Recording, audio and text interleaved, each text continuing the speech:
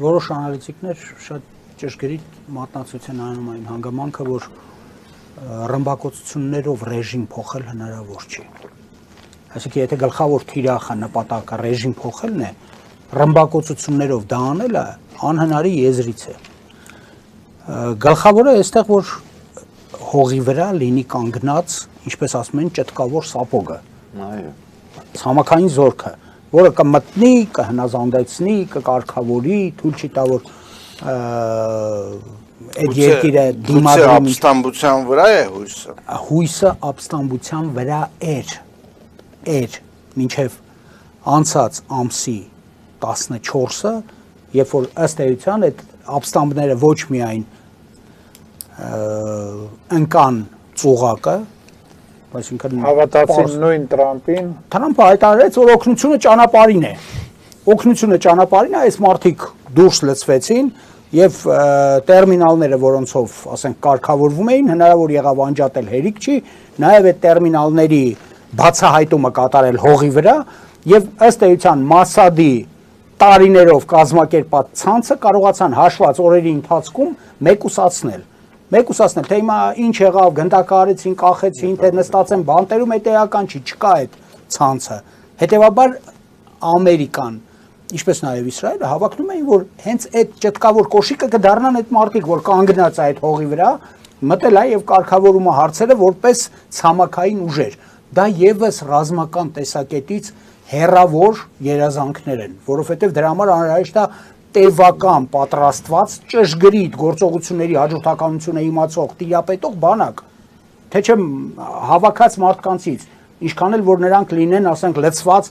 այս ռեժիմի դեմ, այն իրականության դեմ եւ այլն, նրանցից հնարավոր չի ստեղծել բանակային ուժ, որը ի վիճակի լինի ամբողջականություն սպասարկել ինչ որ միտեղ, պահել ինչ որ հատված իր հսկողության տակ, այդպիսի բան չկա, եթե նրա դեմ կիրառեցին բանակը, նա չի կարողանալու ոչինչ անել։ Իսկ այն, որ իրանական բանակը կկիրառեն, դրանում կասկած չունենանք, որովհետև եւս մեկ անգամ հիշեցնեմ, էլի, իմ խորին համոզմամբ կարևորագույն, կոպտագույն սխալը այստեղ այն է, որ պատկերացվում է, որ Իրանը դա մի յուրօրինակ ռեժիմ է, որը անարդարացիության կղզյակ է։ Եվ ժողովուրդը ամեն վարքյան մտածում է, ոնց վարքյան շուտ ազատվի գոյություն ունեցող կարգերից։ Այդպես չի։ Խոմեյնին եղել է իրավագետ, լավագույն իրավագետը Իրանի, եւ չնայած այն հանգամանքի, որ հա դաժանություններ են եղել, որովհետեւ հեղափոխության շրջանում չի կարող դաժանություններ չլինել, տեղի ունենում մեծ անցում, որպես այդպեսին շահի բանակի քանակությունն էլ եղել է 16000 զինվոր, 16000-անոց բանակ ա եղել։ Նա ի վիճակի չէր դիմադրել այդ ժողովրդական մեծ ալիքին, բայց այս կրոնական գործիչը կարողացել է գրել իսլամի պատկերացումների շրջանակում արդարացի երկրի կառուցվածք, սահմանադրություն, գոյություն ունեցող հարաբերություններ, շատ բանի հետ մենք կարող ենք համաձայն չլինել։ Մեր մոտեցումը, փիլիսոփայությունը, ընկալման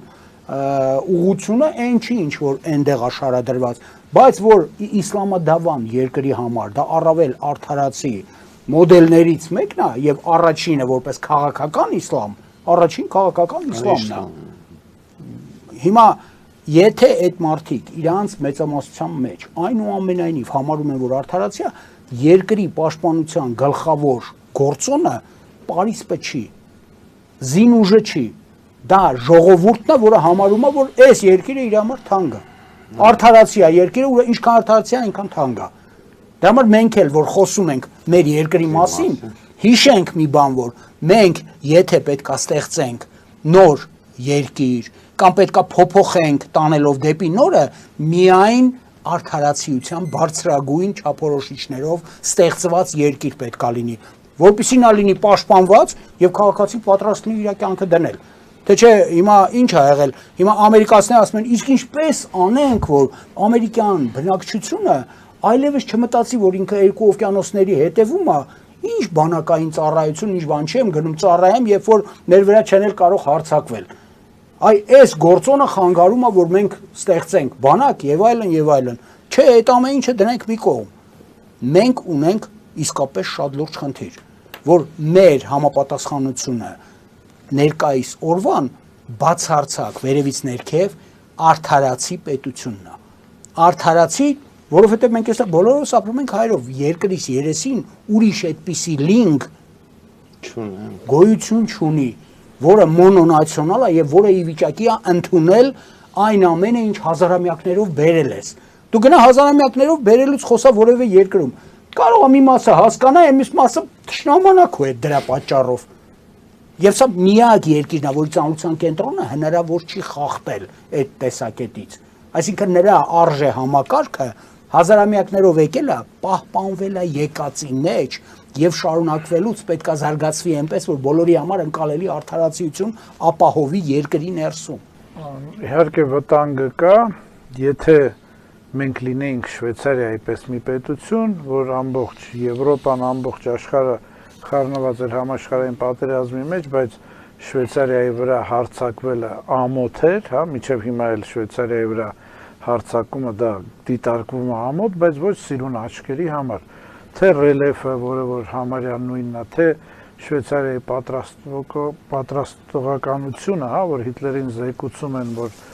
ինչ կորուստներ են ունենալու, եթե հարձակվեն, նա հասկանում է, ասում է, չէ, չենք հարձակվում,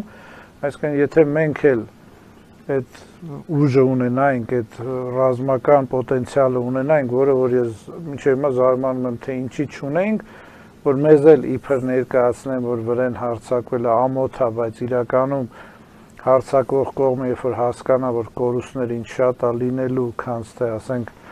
ինչ որ մի քանի դիրք գրավելը, իհարկե կասեի, որ մենք պատրաստ ենք, բայց մենք լուրջ խնդիրների առաջ ենք կանգնած եւ ինչ զարգացումներ կարան ընթանան, Ադրբեջանը երբեք չի հրաժարվում իր այդ միջանցք բառից, Ադրբեջանը չի հրաժարվում, որ արևմտյան Ադրբեջան գոյություն է ունեցել եւ դա իրենց հողերն է եւ ինչպես պարոն Խաչատրյանը ասաց, այդ 500,000 տղամարդուց չի հրաժարվում, որ իհարկե եւ բնակվեն։ Մենք այսօր պատրաստ ենք, ես չեմ տեսնում, որ մենք պատրաստ ենք, ես չեմ տեսնում, որ ստեղծվել է այդ կարդոններ, հա, ասենք սահմանների մոտ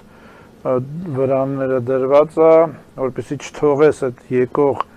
անձինք հասնեն ավելի խորը քո պետության մեջ, եթե տրանզիտա Վրաստան պետք է ուղեկցվեն, այսինքն չկա այդ բժշկական վրանները, այո, մենք պատրաստ չենք եւ ամենավտանգավորը, որ ես Աֆրիկա տեսել եմ, երբ որ ՄԱԿ-ը հրաժարվում է փախստականներին օգնություն ցուցաբերելուց, այդ ամբողջ բեռը պարենային բժշկական ընկնում է քո երկրի վրա, ու այսօր քո երկիրն է օթային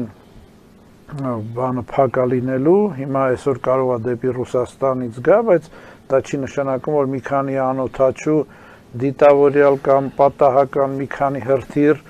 ընկնեն հենց Հայաստանի վրա, դա չի բացառվում, մենք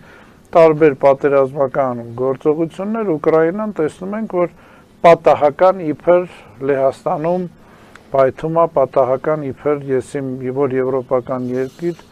անօթաչու հասկանալի է։ Իսկ այս պատերազմը էլի ցույց տվեց, որ ոչ ոքս ապահոված չենք, այն որ մեզ պատմությունից սովորացրել են, որ պատերազմ են հայտարարում իրար, հա, գնում են, կատարվում է առանց հայտարարելու, կատարվում է շատ արագ եւ մենք պատրաստ չենք։ Տրամփի լինել չլինելու հարցով չի լուծում, որտեղ այստեղ մեծ լյուստրացիա կատարվեց, որ թուրքերը ինչպես են մտել Էփշտեյնի այդ ամբողջ համակարգում հիմնական նպատակ ունենալու մեր խախտված իրավունքների վերականգնման process-ը ոչ միայն սառեցնելու, այլ դադարեցնելու համար։ Հիմա արդեն աշխարհին է հայտնի, ուղղակի մենք պետք է կարողանանք տիրություն անել եւ այդ աշխատանքները ներկայումս տարվում է, ստեղծվել է 2-3 օր առաջ հենց Միացյալ Նահանգների հայկական անվտանգության հայկական կենտրոն եւ այսօր բարձրացվում է Միացյալ Նահանգների սահմանադրական որպես սոցիալական պետության կնոջ, որ օգտագործում է որպես սեքսուալ ոչ թե մայրության մեր վերարտադրության, ընտանիքում ունեցած տեղի, դերի, այդ թվում նաև կապվում է մեզ օգնության։ Ես չեմ ուզում խորանալ, այսինքն ներկայիս Էփշտեյնի հետ կապված թուրքերի համակողմանի իրականացրած գործողությունները բոլորը բացահայտված են եւ մենք պետք է տեր կանգնենք,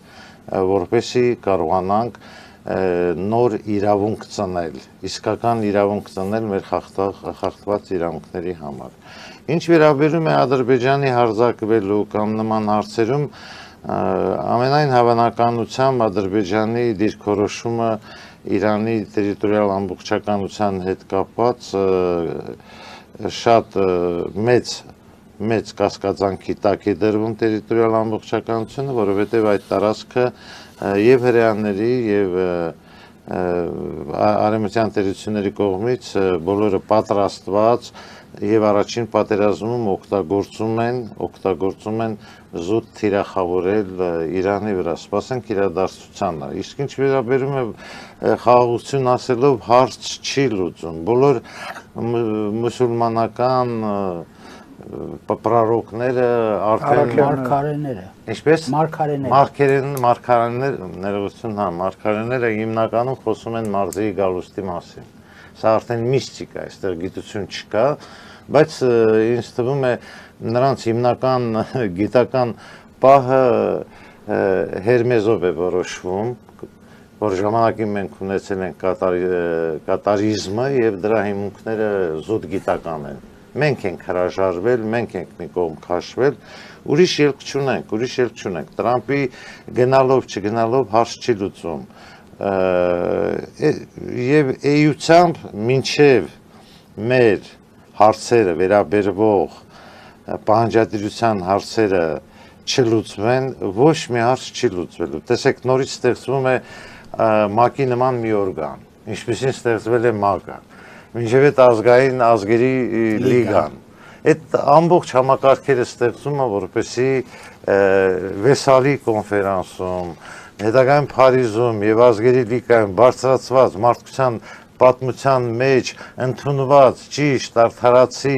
մոտեցումների հարցը լուծի, հիմա թուրքերը արդեն եւ Ադրբեջանի թուրքերը եւ Թուրքիայի ջոբնաները, ես այսպես եմ ասում, արդեն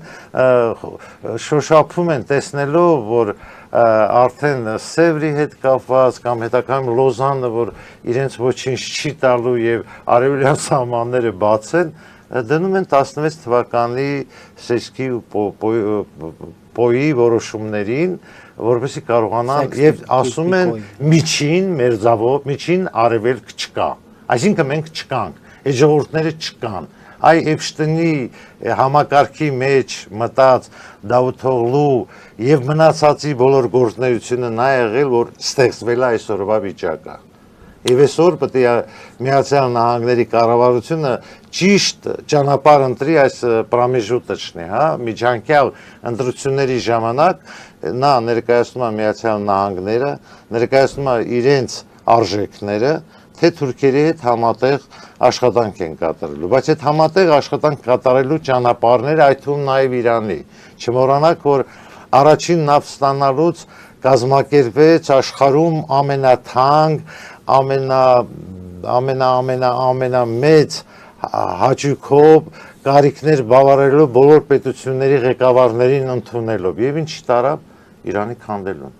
Հաջորդ օրը բոլորը սկսեցին ամեն մեկը Խրիմյան հայրիկի ասած քանդել։ Եվ ես նշում եմ, որ հենց Թուրքիայի հենց այդ մեր անվտանգության հարցեր բարձրացնելով կարող ենք լուծել մեր պաշտպանության հարցերը։ Մեր լինել չլինելու հարցը կախված է մեր պահանջատիրության,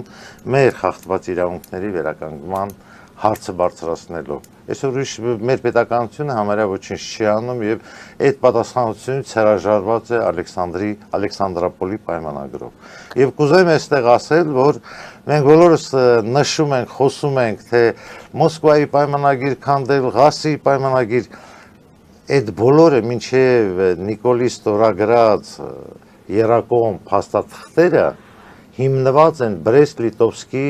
պայմանագրով, բայց մենք բոլորս գիտենք, որ Բրեստ-Լիտովսկի պայմանագիրը ստորագրելուց 6 ամիս հետո չեղյալ են հայտարարել։ Բացի 4 Ստորագրման ժամանակ արդեն խոսակցություններ էր, որ դա ձևական փաստաթուղթ է, Բացի որտեղ Ամերիկան մտնում է պատերազմի մեջ հիմա եւ ով է պարտվածին հող թողնելու։ Ուղղակի Լենինի խոսքերն են տածկուն։ Ուրեմն Երեսին։ Հայաստանը ցակցրիվ անելու մասին 4-րդ կետը, որի հիման վրա ստեղծվել է արձանագրություններ գախնի պայմանագրեր, Առ ոչինչ ա եղել, առ ոչինչ։ Դրանք բոլորը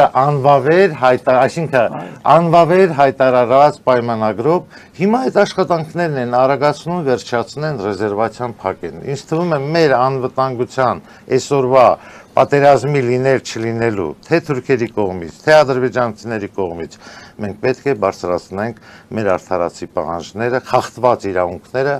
որոնք բերեցին երկրորդ համաշխարհային եւ հիմա արկա է եւ այդ ինչ կար, որ պետքա Էփշտեյնի մոտ մտնեին թուրքերը ինչ որ այդ այլասերված համակարգում մասնակցելու։ Միայն հուզում է մեր հարցերը։